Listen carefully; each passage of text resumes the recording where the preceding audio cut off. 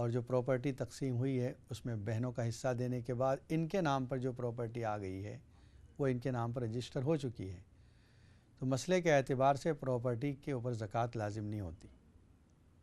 اگر آپ کی نیت اس وقت یہ ہے کہ پراپرٹی آپ کے نام پہ رہے گی، اس کو انویسٹمنٹ کے طور پر آپ رکھ رہے ہیں تو یہ انویسٹمنٹ رہے گا۔ اگر آپ بیچتے ہیں تو پھر اس کے بعد اس پر زکوٰۃ لازم ہوگی۔ ابھی آپ کی بیچنے کی نیت بھی نہیں ہے، اور ابھی آپ بیچنے کی نیت کریں بھی تو جب تک وہ بکتی نہیں وہاں تک زکوٰۃ نہیں ہوگی۔ تو مختصر یہ ہے کہ ابھی اس پہ زکوٰۃ نہیں ہے، جب بک جائے گی تب زکوٰۃ ہوگی۔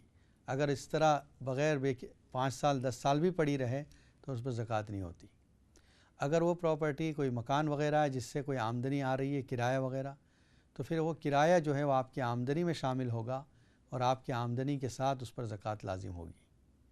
اس کو الگ سے سیپریٹ بھی شمار نہیں ہوگا کہ بھئی 5000 پاؤنڈ اس کے آ رہے ہیں تو 5000 پاؤنڈ پہ زکوٰۃ لازم ہوگی۔ وہ 5000 پاؤنڈ آپ کی انکم میں شامل ہو گئے۔ آپ کی سالانہ انکم جو 10-15 ہزار ہے اس میں 5000 مل گئے۔ اگر اخراجات ہو جا رہے ہیں، خرچ ہو جاتی ہے وہ رقم، تو اس پہ زکوٰۃ بھی نہیں۔ جو بچت ہے، سیونگ ہے، پھر اس پر زکوٰۃ لازم ہو جائے گی۔ ناظرین کرام، اس وقت آپ دیکھ رہے ہیں اقرا ٹی وی پر لائیو Q&A کا پروگرام۔ مفتی محمد اشفاق آپ کی خدمت میں حاضر ہیں، اور اگر آپ کے ذہن میں کوئی سوال ہے تو آپ اسی وقت اسٹوڈیو پر فون کر کے معلوم کر سکتے ہیں۔ ایک کالر لائن پر موجود ہیں۔ السلام علیکم ورحمۃ اللہ وبرکاتہ۔ السلام علیکم حضور، how are you? الحمدللہ fine, and you? I'm okay, thanks. I asked you a question yesterday. Yeah. I'm going to ask a question in English, but Yeah, it's okay. You can answer in Urdu, I can understand. Yes, go on. Yesterday the question was regarding Aisha's marriage to the Prophet, but what you failed to answer me was that Aisha did not have menstruation at that time. She was in the girl proper marriageable age. She was not puberty. So does this mean are we allowed to marry girls who has not gone through menstruation? ٹھیک ہے، انشاءاللہ یہ بتاتے ہیں۔ Thank you. السلام علیکم ورحمۃ اللہ وبرکاتہ۔ دوسرا ایک سوال بھی موجود ہے۔ السلام علیکم ورحمۃ اللہ وبرکاتہ۔ وعلیکم السلام، مولانا صاحب ٹھیک ہے آپ؟ الحمدللہ، آپ کیسی ہیں؟ جی میں ٹھیک ہوں۔ اچھا، میں نے ایک سوال پوچھنا تھا کہ طلاق کے بارے میں۔ جی جی۔ اگر ہسبینڈ ٹیلی فون کے اندر 3 بار طلاق کہہ دے تو کیا طلاق ہو جاتی ہے؟ کس پر کہا اس نے؟ فون پر؟ فون پر۔ اچھا۔ تو اگر کچھ لوگ کہتے ہیں کہ اگر 3 بار کو تو 1 بار ہوتی ہے، یہ کچھ مسئلہ ہے تو پھر مجھے بتانا۔ تو ایک اور بات ہے کہ میری بیٹی ہے، اس کی ابھی شادی ہونے والی تھی تو وہ بہت لڑتے، آپس میں لڑائی جھگڑا بہت ہے۔ تو کس کے ساتھ لڑتی ہے؟ میرے ساتھ ہی ہے، جس کے ساتھ شادی کرنے والی ہے ان کی دونوں کی بہت لڑائی ہو گئی۔ ابھی منگنی ہوئی تھی تو لڑائی ہے بہت۔ اللہ، تو وہ مجھے کچھ پڑھنے کے لیے بھی بتانا۔ ٹھیک ہے انشاءاللہ۔ ٹھیک ہے، اللہ۔ السلام علیکم۔ اور ایک کالر لائن پر موجود ہے۔ السلام علیکم ورحمۃ اللہ وبرکاتہ۔ جی، جو آپ نے سوال کیا حضرت عائشہ رضی اللہ تعالیٰ عنہ کے بارے میں، دیکھیے شادی جو ہے وہ اس لڑکی سے ہو سکتی ہے جس کو ابھی پیریڈ شروع نہ ہوا ہو، پھر بھی اس کے ساتھ شادی ہو سکتی ہے۔ اس لیے، اور ویسے حضرت عائشہ رضی اللہ تعالیٰ عنہ جس وقت رخصت ہوئی ہیں وہ 9 سال کی عمر کی تھی، شادی ہوئی ہے 6 سال کی عمر کی تھی، اس لیے ان کے ساتھ اس وقت نکاح بھی درست ہے اور رخصتی بھی درست ہے۔ اور کل میں نے بتایا تھا کہ عرب کی آب و ہوا ہمارے علاقے کی آب و ہوا سے ڈیفرنٹ ہے، اور 9 سال میں ویسے بھی لڑکی بالغ ہو سکتی ہے، تو اگر بالغہ نہ بھی ہو تب بھی نکاح درست ہے اس سے۔ پھر ہماری بہن نے جو طلاق کے مسئلے پر فون کیا ہے، دیکھیے اگر فون پر طلاق دی جائے اور شوہر ایڈمٹ کرے کہ ہاں میں نے فون کیا تھا، تب طلاق ہوگی۔ اس لیے کہ فون پر اگر کوئی آواز بدل کر شوہر کی آواز میں طلاق دے دے تو پھر یہ طلاق واقع نہیں ہوتی۔ لیکن اگر شوہر نے ایڈمٹ کیا ہے، اقرار کر رہا ہے کہ ہاں میں نے طلاق دی ہے فون پر، تب طلاق واقع ہو جائے گی۔ اور یہ جو آپ کا سوال کا دوسرا حصہ ہے کہ 3 ایک ہوتی ہے، یہ 3 ایک ہونے کا سوال اسلام میں نہیں ہے۔ یہ ٹرینٹی والے جو ہیں کرسچن میں ہیں کہ اسلام کہتا ہے کہ 1 طلاق دو، یہ صحیح طریقہ ہے۔ اگر اس سے زیادہ دینی ہے 2 طلاق دو، یہ طریقہ بھی ہے، لیکن 3 بھی دی تو طلاق ہو جاتی ہے۔ نبی اکرم صلی اللہ علیہ وسلم کے زمانے میں کچھ لوگوں نے 3 طلاق دی اور ان طلاقوں کو نافذ کیا آپ صلی اللہ علیہ وسلم نے، یعنی اس کو جاری کر دیا کہ 3 طلاق ہو گئی۔ اس وجہ سے 3 طلاق بھی طلاق ہو جاتی ہے۔ یہ اور بات ہے کہ شوہروں کو یہ چاہیے کہ ایک دم سے 3 طلاق نہ دے دیں۔ دراصل طلاق جو ہے یہ میاں بیوی کے درمیان جب موافقت نہیں ہوتی تو سیپریشن کا الگ کرنے کا ایک طریقہ ہے، لیکن اکثر یہ ہوتا ہے کہ جب ایک طلاق دی جاتی ہے تو پھر دونوں کو اپنی غلطی کا احساس ہوتا ہے۔ اگر فالٹ بیوی کا ہے تو وہ احساس کرتی ہے کہ آئی واز رانگ، میں غلطی پر تھی۔ اگر فالٹ شوہر کا ہے اس کو بھی احساس ہوتا ہے۔ اس لیے پھر اللہ تعالیٰ نے یہ آسانی رکھی ہے کہ ایک مدت کے اندر اندر وہ واپس آ سکتی ہے، صرف کہہ دے کہ میں نے اپنی طلاق سے رجوع کر لیا، وہ واپس ہو گئی۔ پھر اگر دوبارہ کوئی ایسا موقع آ جائے تو دوبارہ بھی ایک اور چانس دیا گیا، اسی طرح ایک طلاق دے دو۔ لیکن اگر تیسری مرتبہ اس نے استعمال کر لیا تو پھر اب دوبارہ یہ میاں بیوی کی طرح رہ نہیں سکتے۔ اس لیے اس کو طلاق مغلظہ کہتے ہیں، بڑی طلاق، بھاری طلاق، گاڑی طلاق۔ اب شوہروں نے یہ سیکھ لیا ہے بغیر کسی سے پوچھے، بغیر کسی سے مشورہ کیے ایک ساتھ 3 طلاق دے دیتے ہیں۔ حالانکہ اگر یہی شوہر ایک چھوٹا سا بزنس شروع کرنا چاہے گا تو وہ 10 آدمیوں سے پوچھے گا، اس لائن کے ماہرین سے پوچھے گا، 10 لوگوں سے مشورہ کرے گا، اس کے بعد ایک بزنس شروع کرے گا۔ کیوں؟ اس میں انویسٹمنٹ کرنا ہے، پیسہ لگانا ہے۔ تو آپ دنیا کے معاملات میں 10 آدمی سے مشورہ کریں گے، لیکن جب بیوی کو چھوڑنا ہے تو کسی سے آپ یہ پوچھتے نہیں کہ طلاق دینے کا صحیح طریقہ کیا ہے۔ معلوم کریں، علماء سے پوچھیں، مفتیان کرام سے پوچھیں کہ ہم دونوں کی میاں بیوی کے درمیان ہم آہنگی نہیں ہے، موافقت نہیں ہے، تو ہم طلاق کیسے دیں، کس طرح الگ ہوں۔ یہ ہر شوہر کے لیے لازم ہے کہ وہ طلاق دینے سے پہلے 10 مرتبہ سوچے، مشورہ کرے اور صحیح طریقے پر شرعی طور پر جو طلاق دی جاتی ہے اس طرح طلاق دے تو زندگی میں آسانیاں ہیں۔ اللہ نے اسلام کے احکام کو بہت حکمتوں سے بھرپور بنایا ہے۔ یہ جو طلاق رجعی، طلاق بائن، طلاق مغلظہ، یہ ترتیب جو ہے یہ اسلام کی خوبی ہے، دوسروں کے یہاں یہ طریقہ ہی نہیں ہے۔ خود اس ملک میں 1928 تک عورت کو طلاق دینے کا کوئی اختیار ہی نہیں تھا۔ اسلام نے بہت پہلے سے خلا کا لفظ موجود ہے کہ اگر عورت طلاق کا مطالبہ کرتی ہے تو اس کو یہ کہا جاتا ہے، اس طریقے سے وہ طلاق حاصل کر سکتی ہے۔ آپ سوچئے اس زمانے میں جب شوہر کو کسی جگہ کوئی معمولی مقام حاصل نہیں تھا، اسلام نے اس کو اتنا اونچا مقام دیا۔ اس لیے طلاق کو صحیح طور پر دیں، 3 طلاق دے کر اپنے گھر کو برباد نہ کریں۔ دوسرا سوال تھا ان کا، بیٹی کی شادی ہونے والی ہے لیکن جس کے ساتھ طے ہوئی ہے اس کے ساتھ اس کے جھگڑے چل رہے ہیں۔ اللہ تعالیٰ ان دونوں کے درمیان موافقت پیدا فرمائے اور آسانی کے ساتھ شادی کے تمام مراحل آسان فرمائے۔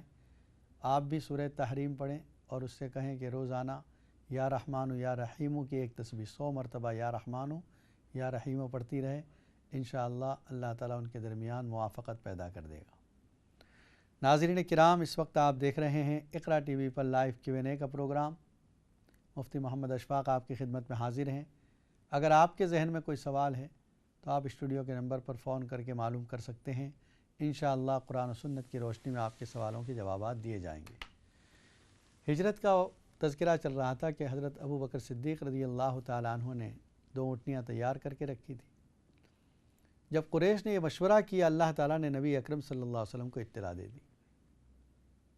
نبی اکرم صلی اللہ علیہ وسلم نے رات کے وقت حضرت علی رضی اللہ تعالیٰ عنہ کو اپنے بستر پہ سلایا، اور جس وقت یہ کافر گھر کے آس پاس محاصرہ کیے ہوئے ہیں چاروں طرف سے، آپ اللہ پر یقین اور اعتماد کے ساتھ گھر سے نکلے ہیں۔